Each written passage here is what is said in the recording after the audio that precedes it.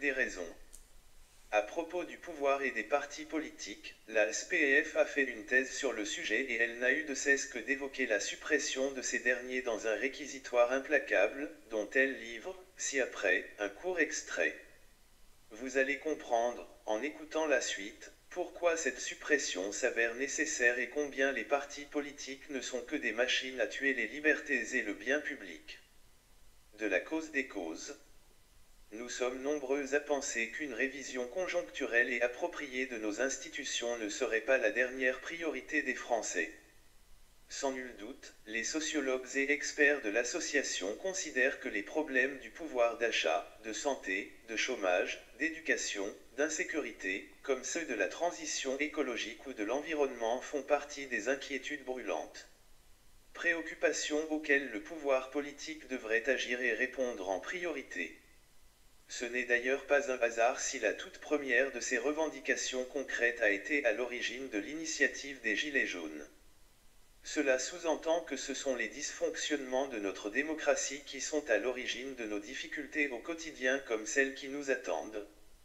En effet, tant que le problème institutionnel ne sera pas résolu et que seuls les partis politiques, dont le nombre d'adhérents cumulés, soi-disant à jour de leur cotisation, est inférieur à celui de la Fédération française de tennis, soit 922 196, seront autorisés à présenter des candidats, les mêmes mauvaises décisions seront prises par les mêmes élus n'agissant que dans leur intérêt ou celui de ceux qui ont financé leur campagne.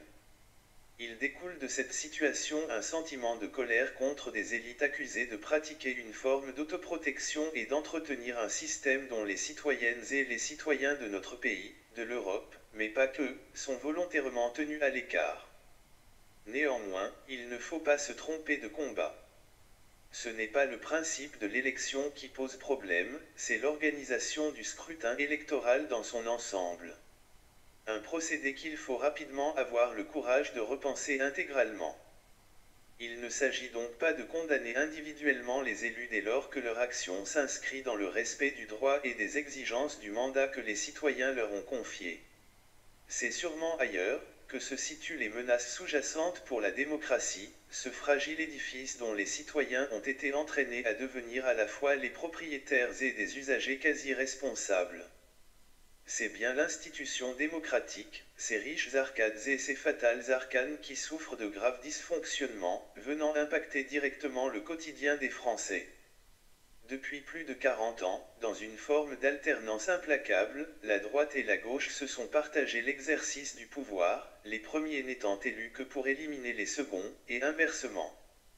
Depuis plus de 40 ans, les mêmes candidats débitent les mêmes discours, préalablement rédigés par les mêmes communicants sortis des mêmes écoles. Depuis plus de 40 ans, finalement, les mêmes promesses laissent place aux mêmes désillusions. L'arrivée d'Emmanuel Macron dans le paysage politique est venue changer la donne en organisant une nouvelle forme d'alternance qui essaie de sortir du mépris les partis traditionnels. Aujourd'hui, les seuls acteurs à prétendre prendre en charge les destinées du pays s'appelleraient LREM, aujourd'hui Renaissance, et le RN, tenu sur le devant de la scène par les médiacraties existantes.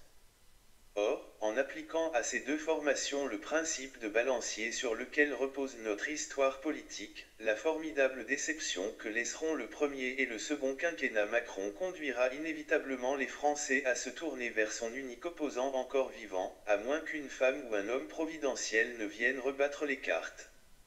Celle ou celui qui doivent profiter de la brèche, ouverte par Macron, pour créer un nouveau paradigme de gouvernance. Peu importe que ce soit en 2022 ou en 2027, peu importe que ce soit par adhésion ou par dépit, cette échéance n'est plus qu'une question de ressenti et bien évidemment de temps. C'est presque cohérent, inévitable, un changement important se prépare. Mais cette option n'a jamais été envisagée, car elle exige un minimum de lucidité et de libre arbitre. Elle consiste à ne rien attendre des professionnels du mandat politique, dont la parole a définitivement perdu toute crédibilité, et à agir par nous-mêmes. Comme en témoigne la qualité des candidatures, qui émergent à chaque nouveau scrutin, un bon nombre de nos concitoyens souhaitent en effet prendre part au débat démocratique. Cependant, la plus grande partie d'entre eux est soigneusement écartée par les médias où le silence à leur égard prend la forme d'un accord tacite en faveur des partis traditionnels, aujourd'hui hors jeu. Cette alternative citoyenne est pourtant la seule véritable alternative que nous n'ayons jamais tentée, celle d'une démocratie rétablie et vivant tous les abeilles, pour esclaves modernes, définirait elle-même le projet de société dans lequel elles veulent vivre en donnant leur avis sur les lois qui en définissent les règles de fonctionnement. Il est temps que la société civile s'affranchisse du carcan des partis, qu'elle se mobilise, se rassemble, s'organise et construise un projet de bon sens. Un projet coordonné bâti autour de propositions pragmatiques et non dogmatiques. Un projet porté par des citoyens libres de penser par eux-mêmes et ne défendant que l'intérêt du plus grand nombre. Un projet centré uniquement sur les idées et non sur celui qui les porte. Un tel projet serait de nature à rendre ses lettres de noblesse à l'engagement politique. En réservant le pouvoir de décision aux seuls partis politiques, la Constitution de 1958 a institutionnalisé notre impuissance collective à agir. Elle est là, la première cause des causes. Mais le temps est venu qu'à l'alternance stérile et mortifère des partis s'oppose désormais une alternative citoyenne de reconquête du pouvoir. C'est le sens logique de l'histoire de nos vies, car sans aucun changement notoire il n'y a plus d'histoire. Pour la sociocratie populaire française. Son sous-directeur chargé de la communication, Paul Rives,